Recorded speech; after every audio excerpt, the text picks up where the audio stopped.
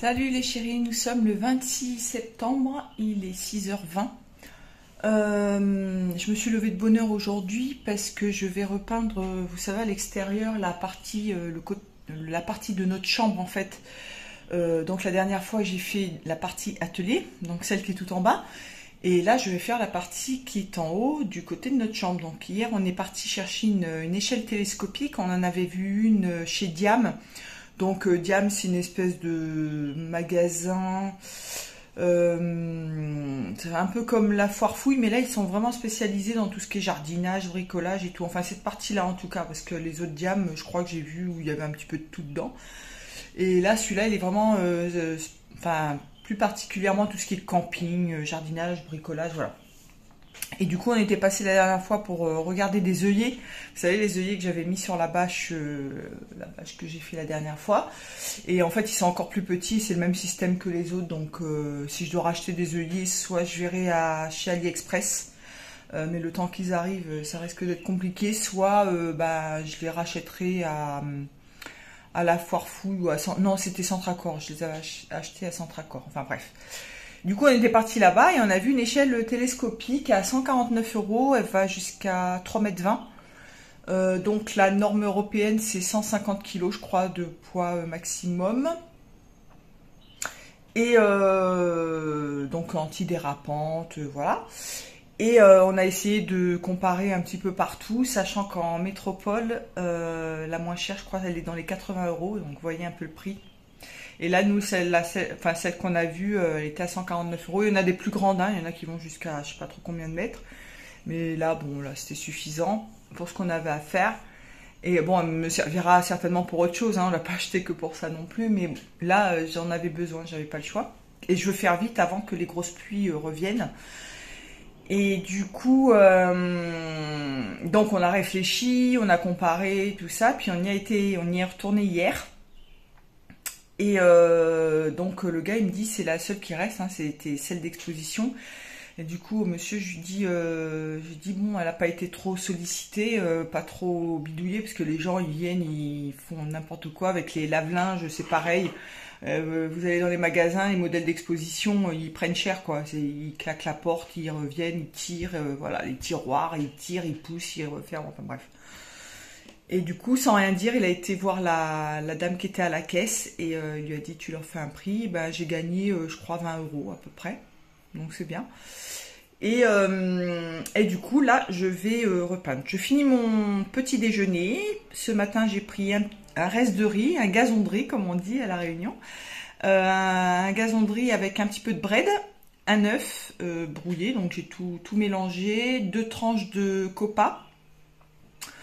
Et puis là, je prends mon café tranquillou. Et après, j'ai mon jus d'orange. Et après, je vais bosser. Et après, je ferai ma gym. Et puis après, je vais passer certainement la couche de primaire d'accrochage sur le carrelage dans les toilettes. Et alors, les toilettes hier, donc c'était jamais arrivé. Et là, je sais pas ce qui s'est passé. Enfin, je sais pas ce qui s'est passé. C'est que comme je rebouche les trous en bas, là où passaient les fourmis, et ben maintenant elles passent par en haut. Elles sont passées par la fenêtre hier. Il y en avait plein qui couraient comme ça, là. C'est pas possible, je peux m'en sortir avec ces fourmis. Et comme il y a la petite jalousie qui est ouverte en permanence avec la grille, vous savez, la moustiquaire grille, mais elles peuvent passer. Et c'est pour ça que je suis étonnée qu'elles passent pas dans la cuisine. Mais là, du coup, elles sont passées dans les toilettes. Voilà, donc je vous avais expliqué que derrière, quand il pleut beaucoup, là, cet hiver, on n'a pas eu de moisissure, hein, le temps a été sec, nickel. Sauf que quand il pleut beaucoup, la pluie chasse par ici, là, dans l'extérieur, et ça retire la peinture qui est sur le mur, et ça s'infiltre dans les parpaings, et du coup, ça me fait de la moisissure après derrière l'étagère. Donc là, c'est ici, enfin c'est à cette hauteur que ça se trouve, à peu près là.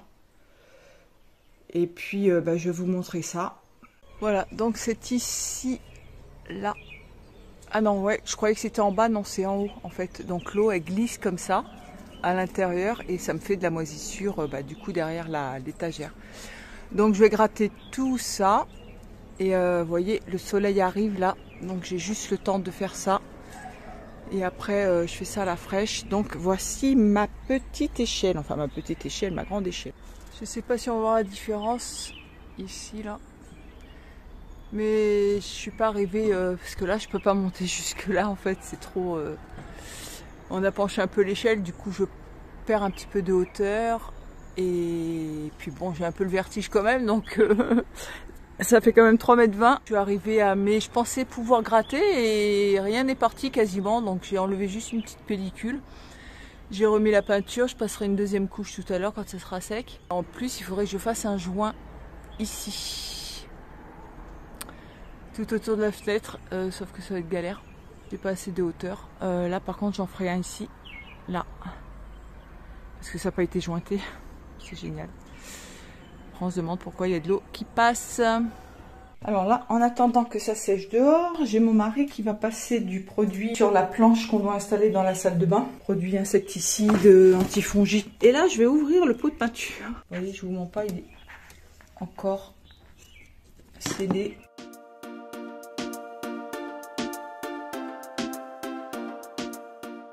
Ah si, il y a un durcisseur. Ah bah c'est bon. Bon, j'ai galéré à l'ouvrir. Et puis là, ils vous mettent que vous avez le bac, vous savez, le petit bac à peinture. Sauf que vous mettez normalement la peinture là-dedans. Et ça sert de couvercle. Donc, faut tout nettoyer. Enfin, c'est une galère sans nom. Donc ça, je vais le virer direct. Et je pense que je vais ouvrir parce que de toute manière, depuis le temps que je l'ai, ça sera pas très grave. Je vais ouvrir le deuxième pour assurer la quantité. Parce que si je dois passer 3 couches, j'aurai pas suffisamment d'un seul bac. Parce que là, j'ai calculé pour 2 couches. Donc, je vais ouvrir le deuxième bac et puis je jetterai le reste. Hein, c'est pas grave. Ça partira au recyclage. Bon, bah maintenant, je vais passer le primaire d'accrochage. Voilà, sur toute la surface là, là et là. Et demain, je pourrai commencer à peindre normalement.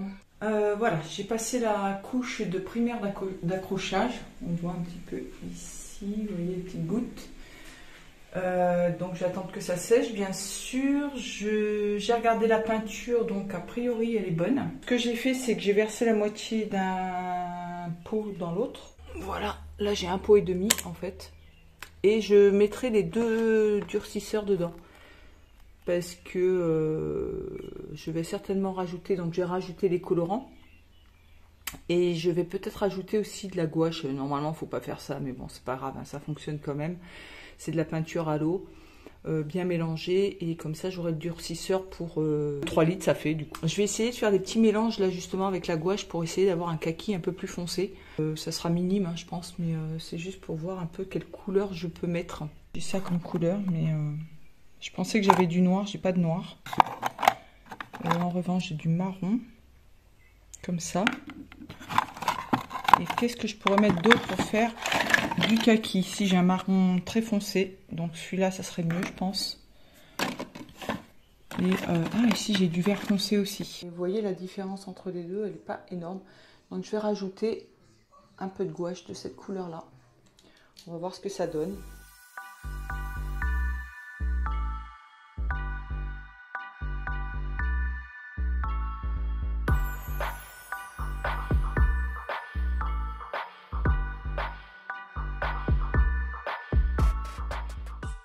J'ai pas encore mis le durcisseur.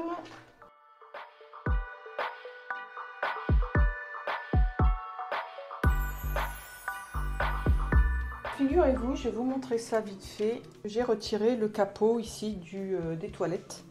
Parce que hier, on était envahi de fourmis. Ça faisait quelques jours qu'on voyait des fourmis se balader au niveau des toilettes. On se demandait d'où elles venaient. Donc il y a des petits trous un petit peu partout. Par exemple, où on a installé le nouveau tuyau, vous savez, pour la citerne d'eau, la réserve. Donc il y a un trou dans le mur, il faudra que je fasse un petit joint. Et il y a des trous au niveau des jointures en bas, enfin bon bref. Elles avaient fait un nid à l'intérieur du capot. Vous savez, là il y a des petits trous quand ça c'est fabriqué. Je ne sais pas exactement comment ils fabriquent le truc, mais bon, elles s'étaient installées à l'intérieur. Il y en avait des dizaines et des dizaines, c'était impressionnant. On a passé un moment fou pour les enlever. On a foutu du vinaigre à l'intérieur. C'était une catastrophe. Et du coup, là, vous voyez que, comme je vous avais dit que je ne retirerai pas, les joints, ils ne vont pas jusqu'au bout. Donc ça va falloir que je le fasse. J'ai un autre souci, c'est que le durcisseur, donc j'en avais deux, parce que j'avais deux bacs de peinture. Donc j'ai fait un bac et demi, et je voulais mettre les deux durcisseurs dedans, sauf qu'il y en a un qui a durci.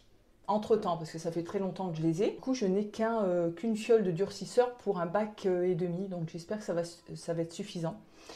On verra bien. Après, c'est les toilettes. Bon, on va pas.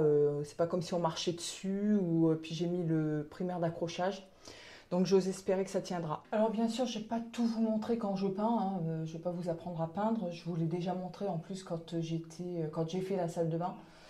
Donc, je vais commencer un petit peu le début et puis après, voilà, je filmerai en accéléré et puis vous verrez le résultat plus tard. Alors, comme d'habitude, je vais commencer par les joints et après je passe au rouleau. Donc je fais une première couche à la verticale ou à l'horizontale et la seconde couche je croise.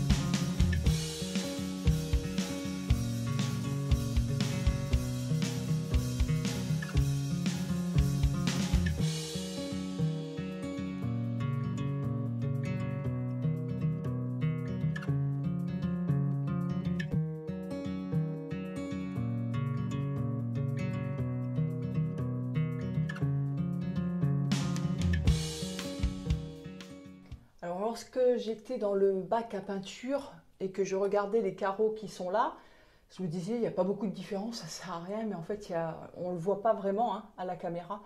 Mais s'il y a quand même une sacrée différence et je suis très contente. On verra quand ça sera sec ce que ça donnera. Mais encore une fois, ça sera toujours mieux que ce que c'était. Et par contre, j'aurais voulu que ça soit encore plus foncé, mais bon, là, c'est bon, on va pas s'agacer avec ça. Puis j'espère surtout que ça va tenir. Je ne montre pas l'ensemble, mais franchement, ça fait chouette. En dessous, ça donne ça. Mais là, on voit pas trop, hein, ça déborde pas. J'ai essayé d'aller au plus loin. Avec la deuxième couche, je verrai, voire la troisième. Là, j'ai peint le petit tuyau en plastique, ici. Ça y était déjà, la tache verte, là. Donc, j'hésite à repeindre le tuyau ou peut-être à le nettoyer. Je sais pas, on verra. Là, je vais retirer les scotch. Donc, ça fait un vert gris, bleuté, vert de gris, on sait pas trop. Donc, je vous montre juste comme ça l'effet que ça fait. Et là, vous savez, le petit rebord que j'avais fait en enduit, voilà ce que ça donne. Donc ça fait un peu plus net, un peu plus propre, on va dire. Et là, au niveau du coin aussi, vous voyez là où j'avais enduit, enfin j'avais rebouché. Là, c'est pas très droit, mais c'est pas grave parce que ça va être peint en noir. Donc je mettrai un scotch pour que ça soit bien droit. Ça fait un petit effet miroir pour l'instant parce que là, on voit encore la première couche, vous voyez. Si on met vraiment de près, mais c'est pas grave ça. Après il y aura la deuxième couche, je vais passer 3 couches je pense. Salut les chéris, il est 9h20, nous avons trié nos affaires pour la prochaine brocante et on va changer le luminaire. Donc ça c'est un détecteur de mouvement, vous voyez l'ampoule là. Et ça on va le donner, on va le rendre du coup parce que c'est à eux, on va le rendre à mes beaux-parents. Ça c'était dans la cuisine avant. On l'a mis ici pour justement avoir le détecteur de mouvement. Il faut savoir que les ampoules à détecteur de mouvement, il n'y a que des grosses, pas des petites. Oh, ça n'arrête pas de descendre à chaque fois, donc c'est pas terrible. Et on va leur rendre et eux, ils vont le mettre dans les toilettes ou dans la salle de bain. Et nous, on va installer ceci. Et, grosse surprise, alors c'est LED, hein, c'est très bien, c'est un détecteur de mouvement, c'est très bien. Sauf que une fois que ça ne fonctionne plus, faut jeter. On peut pas remplacer, c'est pas une ampoule, on peut pas remplacer à l'intérieur. Alors, si on a un bon électricien qui s'y connaît un peu, je pense qu'on peut faire quelque chose. Puis alors, c'est vraiment plastique. Hein. On a payé ça 34 € quand même. Donc à La Réunion, je pense qu'en métropole, c'est 10 € de moins, je crois, il me semble. Et vous voyez, le système, c'est ça. Voilà. Donc ça, c'est, vous voyez, il n'y a pas d'ampoule en fait. C'est des petites LED. Et le jour où ben, ça ne fonctionne plus, ben, je ne sais pas si on peut le remplacer en fait. Je pense quand même qu'on peut remplacer, qu'on peut se débrouiller. À l'époque où on est et on nous rabâche les oreilles, et c'est très bien, qu'on nous dit de recycler, de ne pas jeter bêtement, d'acheter enfin, moins de plastique, et ben voilà. Alors bon, comme c'est des LED et que c'est un détecteur de mouvement, j'ose espérer que ça durera quand même assez longtemps. Donc je vais installer ça. Alors, nous sommes le lendemain, ça y est, j'ai fixé mon petit plafonnier. Et là, vous voyez qu'on voit les fils. Alors, je vous explique, c'est que l'ancien lustre, là, enfin l'ancienne lampe qu'il y avait, il y avait déjà un trou. Je voulais éviter de faire trop de trous dans le plafond. Du coup, j'ai utilisé le premier trou qu'il y avait et les deux autres trous, parce qu'il y avait 3 trous à faire. Les 2 autres trous, bah, je les ai percés. Sauf que à l'intérieur, du coup, les fils qui sont ici, là, qui viennent de la goulotte, étaient trop courts après pour arriver sur le connecteur, pour brancher sur le connecteur. Donc, il a fallu que je fasse un rajout. Je vais vous montrer ça. Que je rajoute un domino. Parce que, du coup, les fils qui sont ici, je ne pouvais pas les faire passer par là. Je les ai fait passer, il y a un trou qui est prévu ici. Sauf qu'ils étaient trop courts pour aller là. D'accord? Du coup, j'ai rajouté un domino pour pouvoir connecter. Impossible, enfin c'était dur parce que c'est des fils rigides, enfin c'était compliqué. J'ai passé, je crois, plus de 2 heures, oh peut-être plus encore, pour arriver à tout connecter. À un moment, du coup, je me suis plantée. J'ai interverti les 2 fils, donc ça ne fonctionnait pas. Impossible de les retirer. Parce que c'est un truc un petit peu bizarre là. Faut soulever les petites languettes pour les mettre. Enfin bon, bref, c'est du plastique. Enfin, c'était pas top. Et puis finalement, j'ai fini par y arriver. Je vous dis pas, j'avais mal au bras, j'avais mal au cou parce que on est obligé de travailler avec la tête en l'air et les bras en l'air. Mais finalement, j'y suis arrivée. Et là, vous voyez le petit truc rouge là. Les petits boutons, la petite plaque rouge, c'est pour régler la distance à laquelle va se connecter, va se déclencher la lumière. Et ensuite, vous avez les positions également pour pouvoir définir le temps de lumière en fait. Donc au bout de 5 secondes, ça s'éteint, 30 secondes, 3 minutes ou 5 minutes. Donc on a suivi ce qu'on pensait être bon. Donc on, normalement, c'est en haut. Et après, on a suivi tout ce qu'il fallait, sauf que ça ne fonctionnait pas. Et puis finalement, le on, on l'a mis en bas. Enfin, on a mis le petit bouton en bas et ça fonctionne. Donc, enfin, on a trouvé ça un petit peu bizarre. Vous voyez, normalement, le bouton, il doit être en haut. Et ben nous, il est en bas. Et ça fonctionne. Bon, on n'a pas trop cherché à comprendre. Et là, on l'a réglé, nous, sur 30 secondes. Parce qu'on a essayé sur 5 minutes, c'est vraiment très long. 3 minutes, c'est long également, surtout que nous, on n'a plus de porte au niveau de la chambre.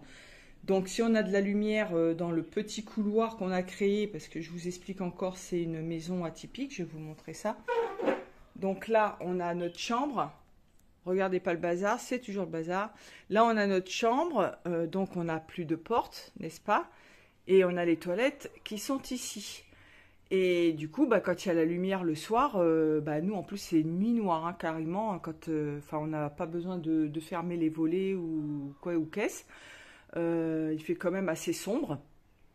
Et du coup, dès que la lumière, moi comme je me lève 10 fois dans la nuit, enfin peut-être pas 10 fois, mais souvent en tout cas, la lumière elle reste allumée. Donc 5 minutes, c'est pas possible quoi. C'est vraiment trop long. 3 minutes, c'est trop long aussi. Et là, je l'ai réglé sur 30 secondes. J'ai vérifié. Et écoutez, c'est pas mal. Et il se déclenche très très bien. Il est très sensible. Je vais vous montrer. Toujours en pyjama. Touc, voilà. Donc, Là, je vous montre la couleur du mur, un petit peu du carrelage, mais je vous montre pas tout. Je vous montre vite fait comme ça. Alors, c'est pas tout à fait, c'est plus sombre sur la vidéo.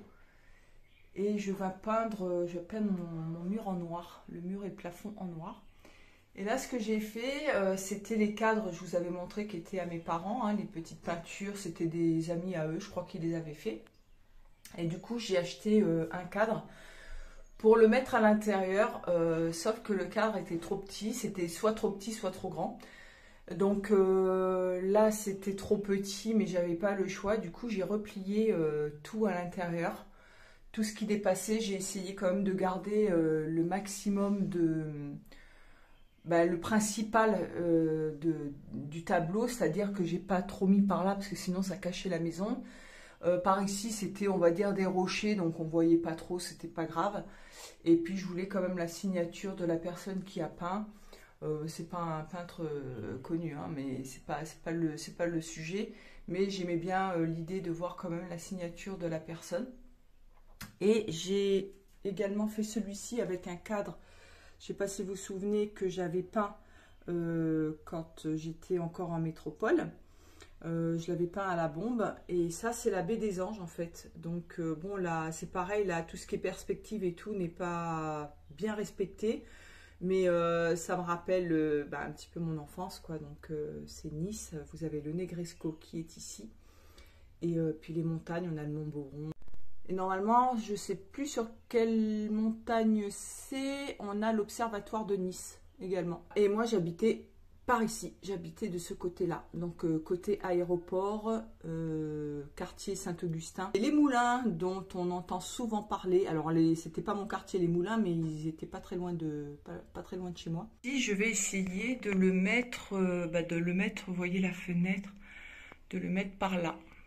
Voilà, donc j'aurai un tableau en noir, un tableau en marron et je vais essayer d'accrocher l'autre également, mais à côté. Donc là, ce trou-là, je vais le condamner et je vais mettre les deux l'un à côté de l'autre pour que ça fasse une petite galerie. Là, je vais essayer de mettre une étagère en bois sur le trône, là, qui va partir d'un bout à l'autre du mur, en bois naturel. Et puis essayer de poser des petites plantes ou quoi, je vais voir. Et je voulais vous montrer également, hier on a retiré un fil qui se baladait, dont j'avais plus besoin, c'était pour connecter l'ordinateur à internet. Donc je l'ai retiré, mais pour le retirer, il a fallu que je tire l'étagère. Quelle n'a pas été ma surprise de voir ça. C'est génial, hein? Donc mon idée, c'est de retirer ça, de bien nettoyer le mur en espérant que ça parte, et ça va pas partir, mais de bien nettoyer le mur, de repeindre, de passer de l'imperméabilisant, et ça, on va le retirer, ce qui permettra quand même au mur de respirer. Donc on va fixer l'étagère au mur et ça évitera que ça soit collé puis que ça reprenne l'humidité. Salut les chéris, nous sommes le samedi 5 octobre, il est bientôt 7 h et nous partons à la fête de la fraise. Donc j'espère que ça va être sympa, nous espérons ramener des fraises. J'essaierai de vous filmer ça quand on sera là-bas, donc ça va nous faire une petite balade. Il ne prévoit pas du beau temps, d'ailleurs il a plu cette nuit. Pour partir, nous attendons mon beau-père. Oh, comment il est là?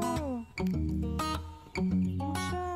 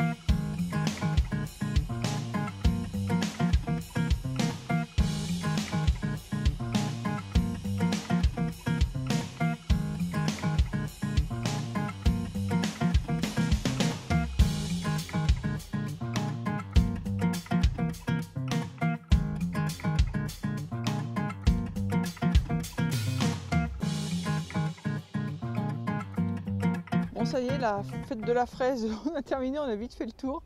Bon, de toute façon, ce qui nous intéressait, c'était les fraises, mais on a mis quand même 2 heures pour venir chercher des fraises. Bref, je vous montre juste un petit truc. Regardez, il y a plein de mimosas.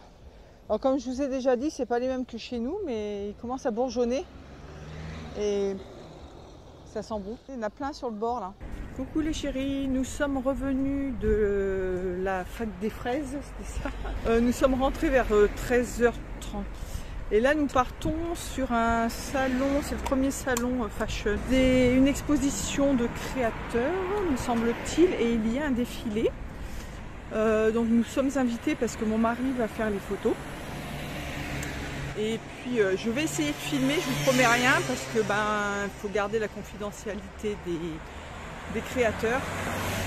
Et si je peux filmer, je filmerai.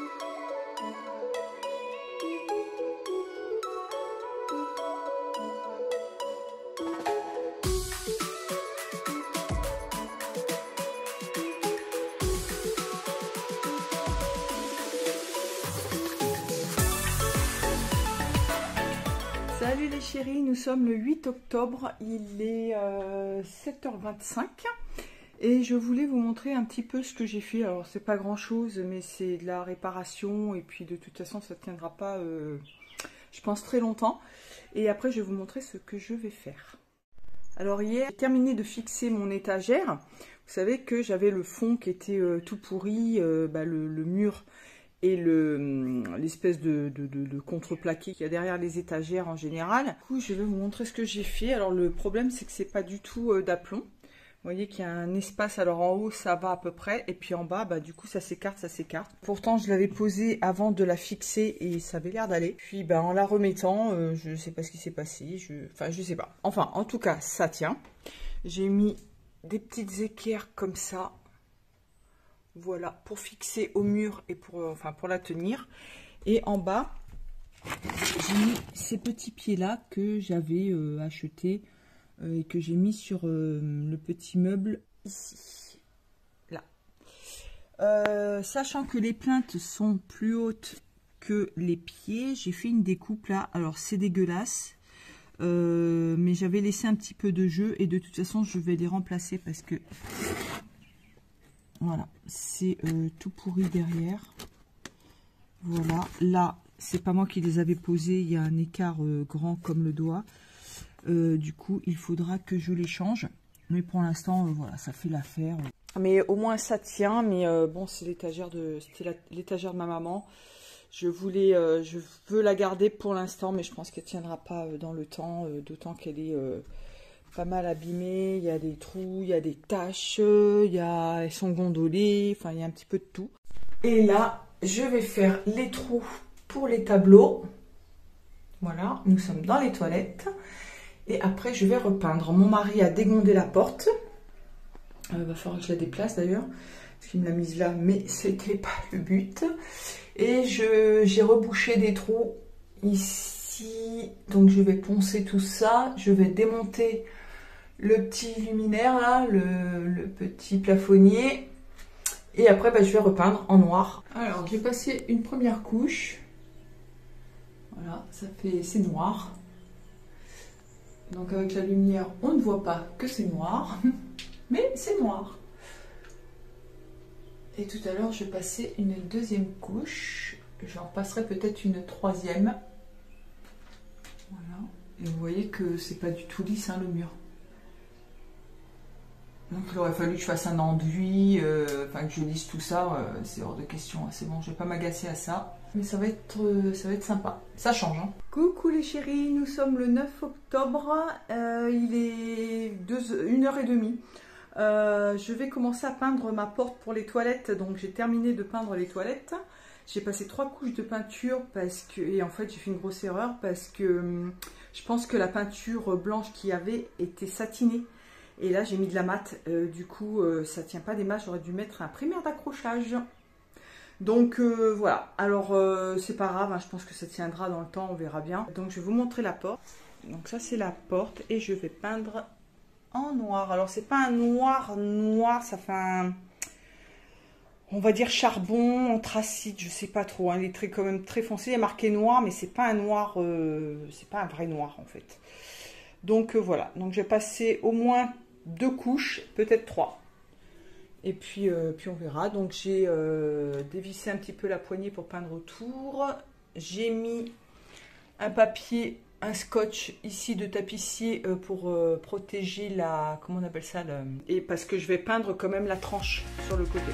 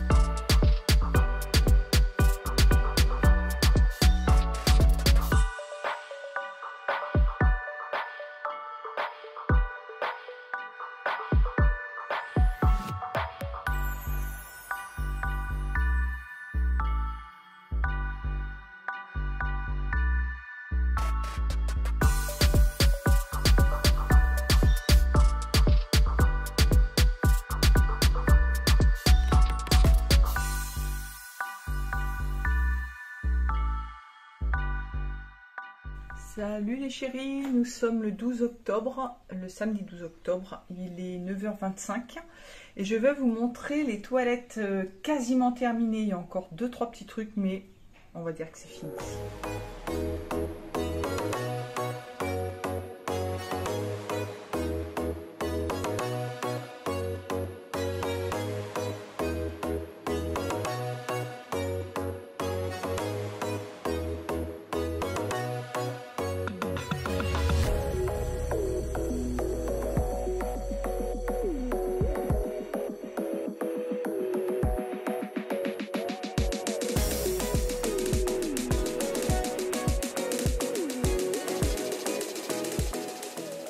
Je vous explique grosso modo.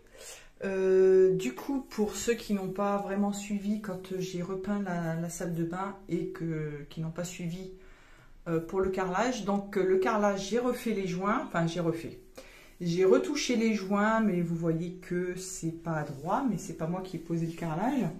Donc j'ai fait une retouche de joints, ça fait un peu irrégulier, mais ça fait irrégulier comme j'aime bien en fait. Ça donne une petite touche un peu sympa. J'ai appliqué 3 couches de peinture. Alors c'était de la peinture pour céramique, carrelage, tout ça.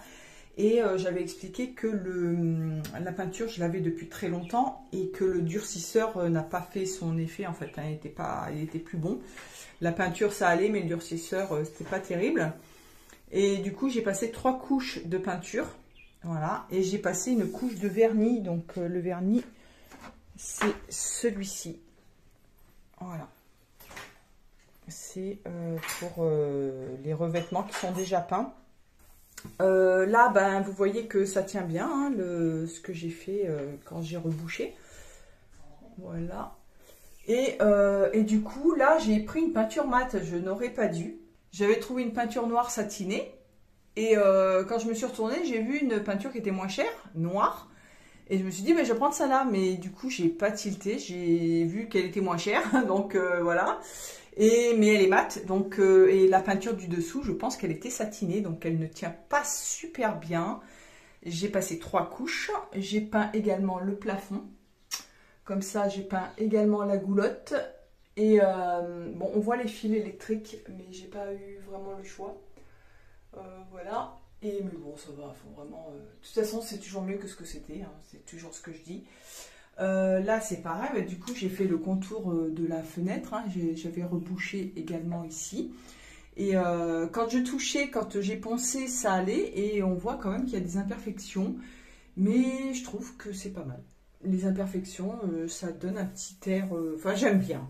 Là, c'était, vous savez, les trous, il y avait le PQ avant, là, il y avait le porte-rouleau, là.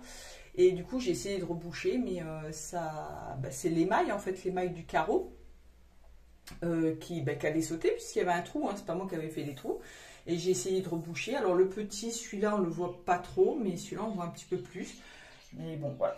Mais du coup, il y a plus, ça choque plus qu'il y ait ces trous dans le carrelage en fait. On voit qu'il y a un trou, mais c'est pas, ça va. Et puis, ben voilà, mes petits tableaux, je suis super contente, ça fait très joli.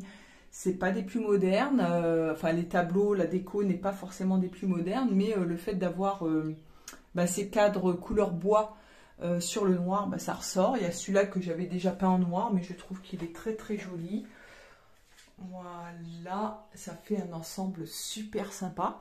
Et j'avais une vieille armoire que j'avais ramenée de la métropole, une armoire qui n'avait plus de porte, qu'on avait gardée à la cave, qui était à Jimmy, à mon fils aîné, donc c'était une armoire qui avait 30 ans. Mais j'ai dit, bon, c'est des bonnes planches en pin, on va les ramener. Et puis voilà, j'ai coupé, il me restait une planche. Et j'ai coupé cette petite étagère qu'il va falloir que je fixe par en dessous le trône là, parce que à l'intérieur ça fait un trou. Mais si jamais il y a un chat qui a tendance à vouloir monter là, s'il appuie, il y a tout qui vole. Bon là, franchement ça tient, mais je préfère assurer le coup. J'ai acheté ça l'autre fois, ça m'a coûté 10 €. Parce qu'on cherchait une petite plante, on aurait voulu des plantes un petit peu qui tombent comme ça, donc je verrai par la suite si on complète la déco, faut pas trop charger non plus. Mais je trouve que c'est quand même sympa. Là, on va essayer de trouver un abattant, parce que celui-là, normalement, c'est un abattant avec vérin, avec frein. Mais il déconne, il marche plus très très bien. Et j'aimerais en trouver un noir. Mais vu les prix ouais, moi je vais pas mettre 50 balles dans un abattant de WC, c'est hors de question. Tout ça, le petit bazar, je finirai par ranger plus tard. Les petits rouleaux de PQ, parce qu'on en utilise quand même un tout petit peu. J'ai toujours mes lingettes qui sont ici. Et ça fait un ensemble quand même assez sympa. Je suis très très contente de mes toilettes. Et le sol, vu que les carreaux, c'est pas non plus exceptionnel. Donc ce qui me reste à faire, c'est pareil, je referai un peu les joints comme ça pour rattraper un petit peu la misère. Et je vais repeindre, comme il me reste de la peinture noire et de la peinture à carrelage blanche, je vais faire un gris très pâle, un gris un petit peu comme ça. Et je vais repeindre jusque là et je mettrai une petite barre de seuil. Les barres de seuil ne se font plus trop, mais là je n'ai pas le choix parce que là je tombe en plein dans un carreau. Et si j'arrête la peinture ici, on va se demander pourquoi.